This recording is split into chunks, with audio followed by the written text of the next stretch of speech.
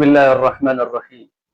الحمد لله رب العالمين، والصلاة والسلام على سيد الأنبياء والمرسلين وعلى آله وصحبه أجمعين، أما بعد. السلام علیکم ورحمۃ اللہ وبرکاتہ. سامعین کرام، استقبال ہے آپ کا سیرت تجربہ سیریز کے اس پارٹ کے اندر، جس میں ہم حضور اکرم صلی اللہ علیہ وسلم کی جوانی کے واقعات بیان کر رہے ہیں نبی بننے سے پہلے.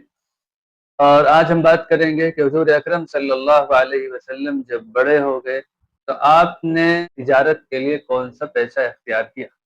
روایات کے مطابق یہ بات طے ہے کہ حضور اکرم صلی اللہ علیہ وسلم کا جو قبیلہ تھا قریش، وہ ایک تجارتی قبیلہ تھا، اور آپ کے جو جد اعلیٰ تھے ہاشم جن کا نام تھا، وہ ایک بڑے تاجر تھے. اور نہ یہ کہ وہ صرف بڑے تاجر تھے، بلکہ انہوں نے اپنے قبیلے قریش کے لیے عرب کے دوسرے قبائل سے تجارتی معاہدہ کر لیا. یہ بات پیچھے کسی پارٹ میں نے ذکر بھی کی ہے، جہاں حضور اکرم صلی اللہ علیہ وسلم کا نسب بیان کیا تھا. تو ان کے اس تجارتی معاہدے کی وجہ سے قریش کی تجارت اور زیادہ آگے بڑھی اور اس کو اور زیادہ ترقی ملی. حضور اکرم صلی اللہ علیہ وسلم کے چچا ابو طالب، جن کی کفالت میں آپ نے پرورش پائی اور آپ بڑے ہوئے، وہ خود ایک تاجر شخص تھے، اور انہوں نے حضور اکرم صلی اللہ علیہ وسلم کو ساتھ لے کر بھی تجارت کا سفر کیا بھی تھا. مکہ کے بہت سے لوگوں کا یہ طریقہ کار تھا کہ وہ اپنا مال تجارت کے لیے کسی ایسے شخص کو دیتے جو تجارت کا تجربہ بھی رکھتا ہو اور وہ امانت دار بھی ہو اور منافع میں شرکت کرتے تھے، یعنی پروفٹ شیئر کر لیتے تھے، اور انویسٹمنٹ کسی اور کی ہوتی تھی. حضور اکرم صلی اللہ علیہ وسلم نے بھی اس طرح سے تجارت کی. لوگوں نے اپنا مال آپ کو دیا اور آپ نے اس میں تجارت کی، اور پھر اس میں اچھا خاصا نفع بھی ہوا. اب یہاں پر ایک بات یہ خوب یاد رکھیے کہ تجارت کے اندر جو ایک سچے تاجر کی یا کامیاب تاجر کی بہت نمایاں خصوصیت ہو سکتی ہے، یا ایک خاص اس کی جو صفت ہوتی ہے، وہ ہوتی ہے ایفائے عہد، وعدے کو پورا کرنا. جو ایگریمنٹ ہوا ہے، جو دونوں کے درمیان بات طے ہوئی ہے، اس کو پورا کرنا. اگر کسی بزنس مین کے اندر یہ کوالٹی نہیں ہے تو آئی تھنک وہ اپنے بزنس کے اندر کبھی سکسیس نہیں ہو سکتا. حضور اکرم صلی اللہ علیہ وسلم اس وعدے کو پورا کرنے کے ایسے پکے تھے، نہ یہ کہ صرف آپ اپنے اندر یہ صفت رکھتے تھے، بلکہ اس صفت کے اندر دوسروں کے لیے آپ ایک آئیڈیل بھی بن گئے. ایک صحابی ہیں عبداللہ ابن ابی الحمصہ، وہ واقعہ ذکر کرتے ہیں، حدیث کی کتابوں میں بھی یہ واقعہ موجود ہے. وہ کہتے ہیں کہ میں نے ایک مرتبہ حضور اکرم صلی اللہ علیہ وسلم سے زمانے جاہلیت میں آپ کے نبی بننے سے پہلے کوئی لین دین کیا، اور کچھ بات طے ہو چکی تھی اور کچھ باقی تھی. میں نے حضور اکرم صلی اللہ علیہ وسلم سے وعدہ کیا میں ابھی جا کر واپس آتا ہوں، پھر بات پوری طے ہو جائے. کہتے ہیں میں جا کر بھول گیا. 3 دن کے بعد مجھے یاد آیا، میں فوراً الٹے پاؤں واپس آیا تو کیا دیکھتا ہوں حضور اکرم صلی اللہ علیہ وسلم اسی جگہ پر رکے. آگے جو بات کہی واقعتاً وہ حیرت میں ڈالنے والی ہے.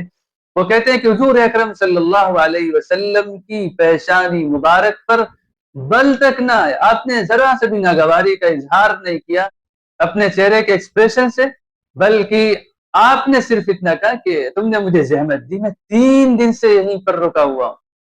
یہ تھا وعدے کا پاس، اس کا لحاظ، اس کی پابندی، اس کو پورا کرنے کی فکر.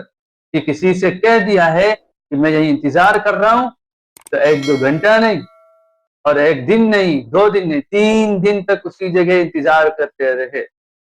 اسی طرح ایک دوسرے صحابی ہیں جن کا نام سائب ہے. تو جب وہ اسلام قبول کرنے کے لیے آئے تو لوگوں نے ان کی تعریف کی حضور اکرم صلی اللہ علیہ وسلم کے سامنے. تو آپ صلی اللہ علیہ وسلم فرمایا میں ان کو جانتا ہوں.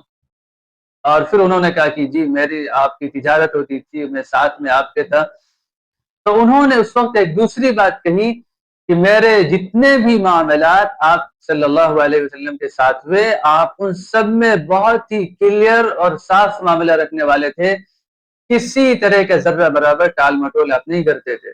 یہ تاجر کی دوسری بڑی خصوصیت ہے کہ معاملہ بالکل صاف ہو. اور اس سے عربی کا جو ایک مقولہ ہے وہ بھی سمجھ میں آتا ہے جس میں بات کہی گئی واقعتاً بہت اصولی بات ہے، تعاشروا کالاخوان وتعاملوا کالاجانب، زندگی ایسے ساتھ میں گزارو جیسے تم ایک دوسرے کے بھائی ہو، وہ پیار، وہ شفقت، وہ محبت، وہ رعایت، وہ لحاظ ایک دوسرے کا جو بھائیوں کے درمیان ہوتا ہے، اور معاملات ایسے کرو جیسے تم ایک دوسرے کو جانتے ہی نہیں ہو، معاملات کی سچائی، معاملات کے اصول، وہاں پر وعدے کی پابندی، وہ ساری چیزیں ایسی ہیں کہ اگر ان کا خیال نہیں رکھا جائے گا تو پھر تعلقات بگڑتے ہیں، خراب ہوتے ہیں اور رشتے تک ٹوٹ جاتے ہیں۔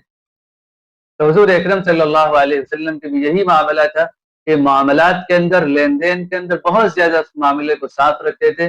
اس طرح سے آپ صلی اللہ علیہ وسلم کی شہرت لوگوں کے درمیان بہت بڑھ گئی، آپ امانت دار کہے جانے لگے، آپ سچے کہے جانے لگے، آپ وعدے کے پکے کہے جانے لگے، اور جس طرح لوگوں کو علم ہوتا گیا وہ آپ کو اپنا مال دینے لگے تجارت کے لیے، اور آپ صلی اللہ علیہ وسلم جب اس مال کے ذریعے کام کرتے تو بہت زیادہ نفع ملتا تھا، برکت ہوتی تھی اللہ کی طرف سے۔ اس طرح سے آپ نے تجارت کے لیے شام، بصرہ اور یمن کے مختلف سفر کیے، اور پھر جب تجارت میں آپ کی شہرت اور آگے بڑھی تب حضرت خدیجہ رضی اللہ عنہا کا اس کا علم ہوا، اور پھر انشاءاللہ آئندہ ویڈیو میں اس کے بارے میں تفصیل سے بات کریں گے۔ آپ اس سیرت طیبہ سیریز سے جڑے رہیے اور تمام لوگوں کو اس سے جوڑنے کی فکر کیجیے تاکہ ہر شخص تک نبی پاک صلی اللہ علیہ وسلم کی زندگی پہنچ جائے۔ جزاکم اللہ خیرا، السلام علیکم ورحمۃ اللہ وبرکاتہ۔